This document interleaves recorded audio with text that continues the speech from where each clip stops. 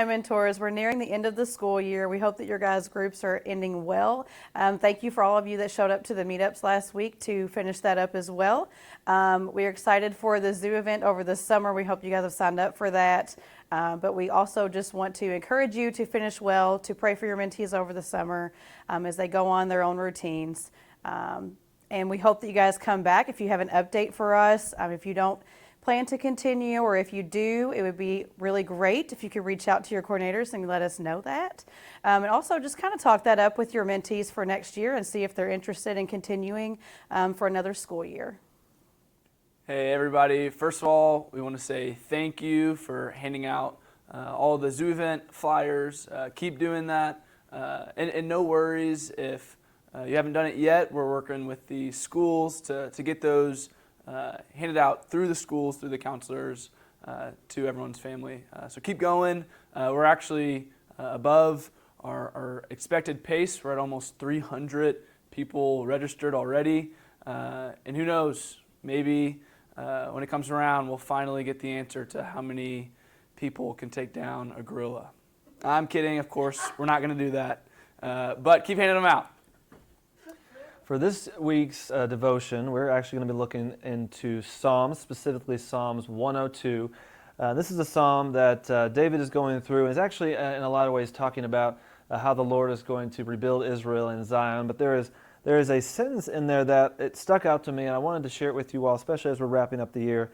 So in verse 18, it's talking about, again, as the Lord is rebuilding of Zion, it says, "Let this be written for a future generation, that a people not yet created may praise the Lord." So here we have a moment where the future generations and those who may not even exist on earth are being prayed for to worship the Lord and worship their Creator. And I couldn't help think about, obviously we all work with children who of course are here and have already been created, but for many of them they do not yet praise the Lord. And so of course we hope and pray that one day that they will, that through the work that we do that they will be able to experience that relationship with God in a way where they do just want to naturally just let out those praises. And so we really do just want to pray this over the kids as we go into the summer very soon. We do pray that they will one day be praising the Lord, and even though they may not have that relationship with their Father in heaven yet, that they will one day have that. So we hope this is a wonderful week for all of you all as you continue to finish up mentoring, and we will be praying for you as always.